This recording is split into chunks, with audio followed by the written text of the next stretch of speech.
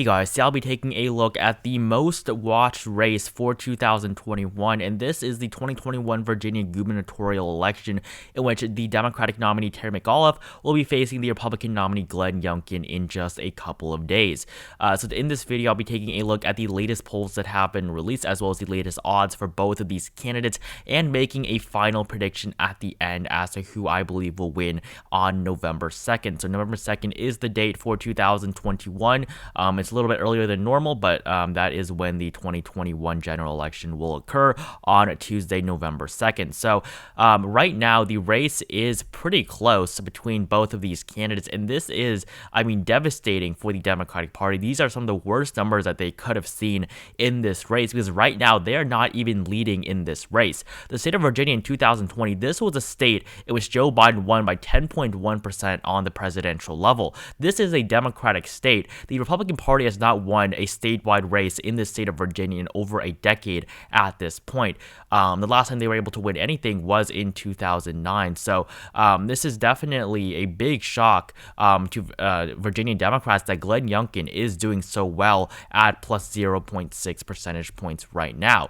So the latest polls do show that McAuliffe is not performing as well as he used to. If you look back at just, the polling results basically consistently throughout this election cycle has been McAuliffe plus 2 to 4 points. That is what the general trend has been. However, only recently in the last 1 to 2 weeks, that is when Youngkin has begun to surge, and he is now in the lead by 0.6%. At his highest point, McAuliffe was leading by 7.9 points, and on Real Clear Politics, we have the exact same results. Youngkin plus 0.6, with the largest lead McAuliffe has had throughout this election cycle being a lead of 6.6% here on RCP. So what you do see here on 538 is that many of the latest polls do show Youngkin winning, and these are really the only polls that he has been leading in. You have an Echelon Insights poll with Youngkin plus 3, as well as this Fox News poll. This is the one that everybody is talking about, with 1,015 likely voters, with Glenn Youngkin leading by 8 points, 1 point on the other Fox News poll, and another poll showing Youngkin plus 4. However, we do have some new polls showing McAuliffe plus 1, plus 4, and plus 1%. So an issue here in the state of Virginia is that there is no party registration information in the state of Virginia. So pollsters, they will not know the party registration of the people they are polling, which is why we may see skewed results like this. However, nonetheless, this is, you cannot argue that this is not a good sign for the GOP right now, because they are doing better than they have ever done throughout this entire race. If you look at this poll here, Youngkin was at 53%. This is really one of the only polls in which any of the candidates even reach 50% in, and the only time in which any of these two candidates actually reached 50% in terms of their polling average was Terry McAuliffe on October 6th. So that was really a very, very long time ago. But looking at these numbers that we've seen throughout this race, McAuliffe was leading in basically every single poll. It was undeniable that this race was going to be a lot more interesting than we would have initially expected. But the fact of the matter is, it was that McAuliffe was always expected to do much, much better than he is doing now. If you do look at the latest polls that we've seen here, or the latest betting odds here on Predicted, you will see Glenn Youngkin at 53 cents per share to McAuliffe's 51. These are some devastating numbers for the Democratic Party. They were up all the way at 83 cents per share at one point in this race. At one point, Terry McAuliffe had an 83% chance of winning. Now he is all the way down to 51. It does go a little bit over 100% here because it is betting odds. But if you do look over the past day, it has been going up and down between both of these candidates, with McAuliffe being able to take the lead just an hour ago, but he has now lost it. But the fact of the matter is, this is one of the closest races that we could have seen, and it's pretty surprising to see this in a state like Virginia. If you look at the electoral history of Virginia just on the presidential level, you will see that in 2020 they elected a Democrat, 2016 as well, with Hillary Clinton, who won by 5.3%. In 2012, Obama won by 3.9%, and in 2008, Obama won this state by 6.3%. But if you go back 4 years, you will see that George W. Bush was able to win it by 8.2%, and the state of Virginia had been won by Republicans in every single election before Barack Obama, going all the way back until Lyndon B. Johnson in 1964, in which he won the state by 7.4%, but he also, of course, won 486 electoral votes, when in winning basically every single state except for the deep southern states, as well as Arizona too. Goldwater. But, the interesting thing here is that the state of Virginia had been a Republican stronghold for decades, ever since the 60s, all the way up until 2008. And afterwards, the Democratic Party has been doing better and better in this state. They also control both Senate seats here in the state of Virginia, with Mark Warner winning in 2020 by 12.1%, as well as in 2008, Tim Kaine winning by 16 percentage points. Even if you look at the previous governor elections, which we can right here, 2017, Ralph Northam defeated Ed Gillespie with 53.9% of the vote to Gillespie's 45%. So the Democratic Party was able to do very well here in 2017, and Northam will not be running for re-election because constitutionally he cannot. The Constitution of Virginia does not allow office holders to serve consecutive terms. So that is why Northam will not be running for re-election, even though he would be the best candidate. 2013, we see someone familiar here with Terry McAuliffe. Yes, he is the former governor of this state who served from 2014 until 2018. So Terry McAuliffe, he is definitely the very establishment candidate here, establishment Democrat especially. He was a former chair of the Democratic National Committee. He also worked a lot with Bill Clinton and Hillary Clinton in terms of fundraising, so he has a long history in the Democratic Party, and he is seen as the experienced and more establishment candidate, while Glenn Youngkin is, of course, an outsider. And in a political environment in which outsiders are winning more and more, and being an establishment candidate is not seen as as much as a good thing as it was previously. So 2009, we had Bob McDonnell. He is the last Republican to serve as governor of the state of Virginia. 2005, we had Tim Kaine. And in 2001, we had Mark Warner, who, of course, just won his re-election in the Senate.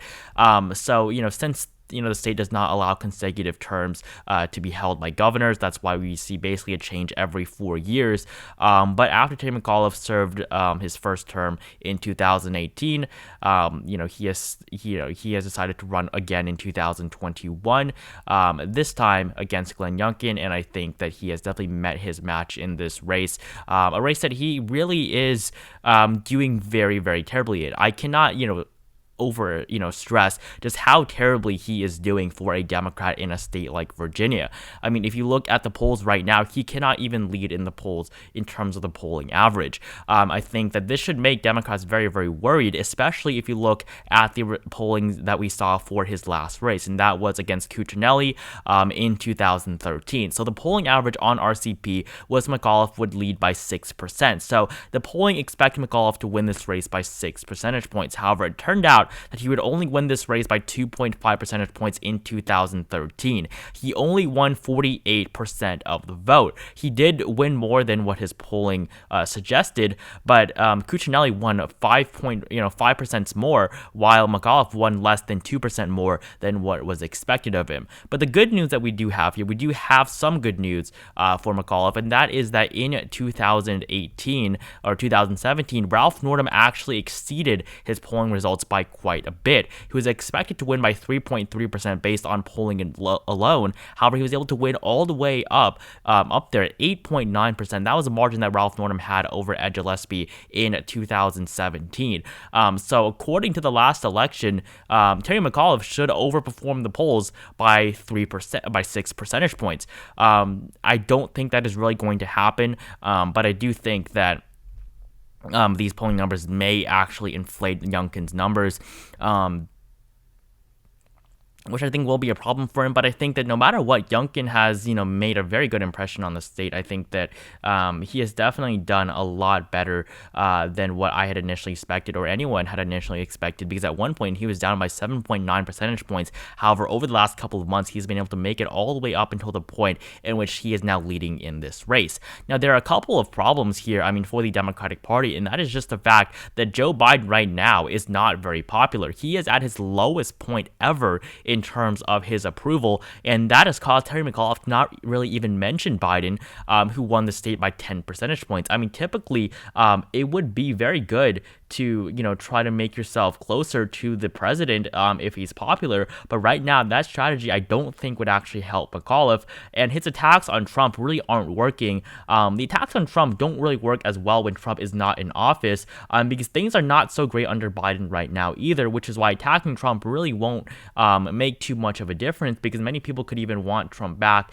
because of how things are going right now with President Biden. So after Afghanistan, Biden's approval rating has dropped, significantly, down 7 percentage points, under 50% now. And so that is a problem because, the party that holds the White House, they have a big influence on whether or not voters will vote for their party down ballot. So for Glenn Youngkin right now, he is definitely riding this wave of unpopularity for Joe Biden. And, this is seen by the polling numbers that we see, as well as, the race in New Jersey not being that, not going that well for the Democratic Party, although they are going to win with Phil Murphy in that, in New Jersey, which is a lot more of a Democratic state even than Virginia. The numbers that he's seeing really are not terrific in any way. And then looking at the margin right now, so these are the betting odds for the margin that we will see between Youngkin and McAuliffe. So right now, Glenn Youngkin is expected to win by over 3 percentage points. That is the scenario that has the highest chance of occurring. Glenn Youngkin right now has a 1 in 4 chance of winning this race by over 3%. For Terry McAuliffe, he has a 9% chance of winning the race by over 5%. So the bar is held higher for McAuliffe right now, but basically we see a good chance of any of these scenarios occurring. But what is surprising to see is that this one right here, with McAuliffe leading by over 5 percentage points. At one point, just a couple of weeks ago, this is literally last week, there was a 33% chance that Terry McAuliffe would win by over 5 percentage points. And that is what really people would have expected, just looking at this race, without looking at any of the numbers that we've seen in terms of the two candidates' polling. If you just look at the presidential and Senate results, it would be pretty easy to expect that Youngkin would lose by over 5%, and McAuliffe would be able to win this race by over 5 percentage points. But that seems, super, really unlikely at this point. There's only a 9% chance of that occurring, while there's a 26% chance that Youngkin is going to win by over 3%. I don't think this is going to happen. I think that is very, very unlikely that Youngkin is going to win by over 3%. I think McAuliffe has a better chance at winning by over 3%. He does actually have a higher chance of, he actually has a lower chance of winning by over 3%. But definitely it's very unlikely that Youngkin is going to do so well. And in terms of the polling right now, this is how closely will the governor election results match the polls. So how wrong will the polls be? So basically this means that McAuliffe will do worse by 1%. This means that McAuliffe will do better by less than 1% than what the polls expect. This means that McAuliffe will do 1 to 2% better than his polling average. McAuliffe, there's a 24% chance right now that he does 4% better, while for Youngkin, the chances of him doing better than the polls are a lot smaller. So McAuliffe right now, he is expected to overperform the polling numbers just because of how terrible they really have been for him, and just the fact that this state in general is a lot more Democratic than what the polls seem to suggest, which is why McAuliffe right now is expected to overperform the polls. So taking a look at all this data here, you see the average polling numbers right now with McAuliffe actually underwater, as well as the betting odds, which I will reload for you guys right here. Currently, it is now 53-52, so this changes a lot. You have a pretty big sample size. Over 300,000 bets, just from yesterday, as well as 3 million total shares traded. So definitely, this is a big market here, and the Republican Party right now, as well as the Democrats, they are neck and neck. So really, this is a toss-up race. But if I were to make a projection for the 2021 Virginia gubernatorial election right now, I would say that Terry McAuliffe does have a very, very slight advantage, and that is just because of the advantage that Democrats have had here over the last decade, as well as the fact that Terry McAuliffe, he is not polling that much under Glenn Youngkin. He is still leading in many of the latest polls released, and he is only down by 0.6%, which if you do look at the 2017 results, you would expect him to overperform as Democrats did 4 years ago. So that is why right now I will categorize this race as tilt for Terry McAuliffe. I think that it is very likely that Glenn Youngkin could win. I definitely am not ruling out the fact that he has a very, very strong chance at winning this race. But right now, if I were to bet myself, I would bet that Terry McAuliffe would win by a very narrow margin, possibly under 2%, maybe a little bit over, but nothing over over 4 or 5 percentage points, but I do believe that Terry McAuliffe will end up winning this race as of right now. So thank you guys so much for watching this video. Make sure to join my Discord server if you have not. Link at the very top of the description below. Again, thank you guys so much for watching this video. Like it down below if you enjoyed it. Subscribe to my channel if you have not. Comment down below who you think will win in the Virginia gubernatorial election this year, and I will see you guys in the next video.